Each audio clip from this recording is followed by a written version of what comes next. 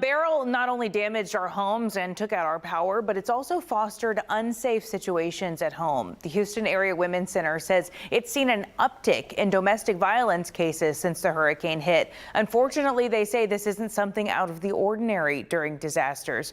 Joining me now to explain the increase is Houston Area Women's Center Celinda Guerra. Thank you so much for joining me. Thank you so much for having us this morning, Haley. So why is it that storms often follow with a rise in domestic violence? Well, research shows, Haley, that definitely these storms and these specific events, unfortunately, do affect survivors of domestic violence. Unfortunately, there are contributing factors that we see with some of the stressors that come with the storms, whether it's the lack of energy, like we saw, across the city, or difficulties in accessing, food and things of that sort. Those can create additional, challenges and barriers in the home that then could create this domestic violence. Important to note, of course, that it's a contributing factor, but never an excuse, of course. Are we talking about like just the tensions are rising because people are so stressed out without having power that then they don't have any, emotional regulation here?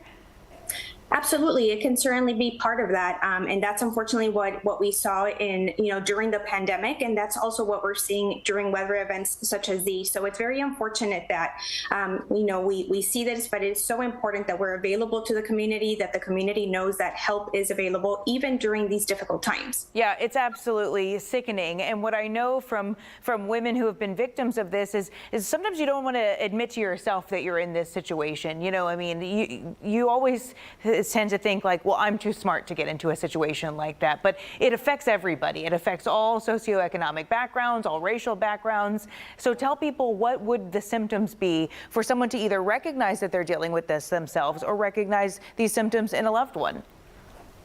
Absolutely. So for those, that may or may not know what a healthy relationship or unhealthy relationship looks like, please know that there is help available. It is not okay for someone, to emotionally hurt you in any way. It's, of course, not okay for anybody to hurt you physically, spiritually, sexually. There's so many different forms of abuse, that unfortunately happen in a relationship. And we want to let the community know that there is a 24-hour crisis hotline that they can always call if in doubt.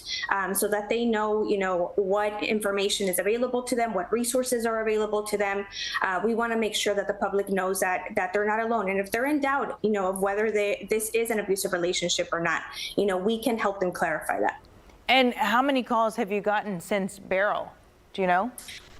Well, typically during, Beryl, we might see a decrease in maybe the number of calls, but it's more than anything the accessibility that's an issue too. That's one of the things that unfortunately we saw.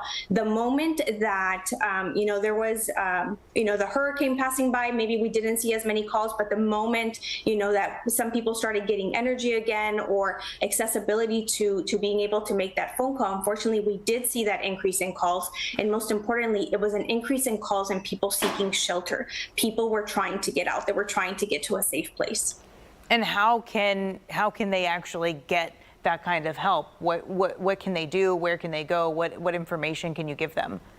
So first of all, we have a 24-hour crisis hotline that, despite any challenge that the community might be facing, we ensure that our crisis hotline is available at all times in real time.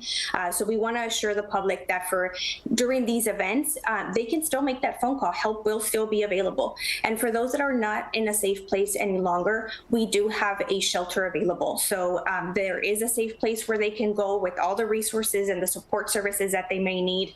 There is that help, so they don't have to stay in this situation if it's no longer safe for them, because there are safe places to go and a lot of different resources that can support them and their families. Okay, but to access those resources, what is the number or the website? Like, how do they get to you? Absolutely. So it can reach us 24 hours a day, 7 days a week at our phone number of 713-528-2121. That's 713-528-2121. And they can also access our chat services at www.hawk.org. So whatever their preference or form of communication is, we have those two options available in how they can reach out for help. Hawk spelled H-A-W-C. Correct. Okay, very good. H-A-W-C. Celinda Guerra, we appreciate your time this morning. That's been very helpful. Thank you for having us, Haley. Now, we also have more information on resources and help on our website, click2houston.com. You can search the term breaking free at the top of our website, breaking free in the instant search bar, and find all of these resources that are available to you. We'll be right back.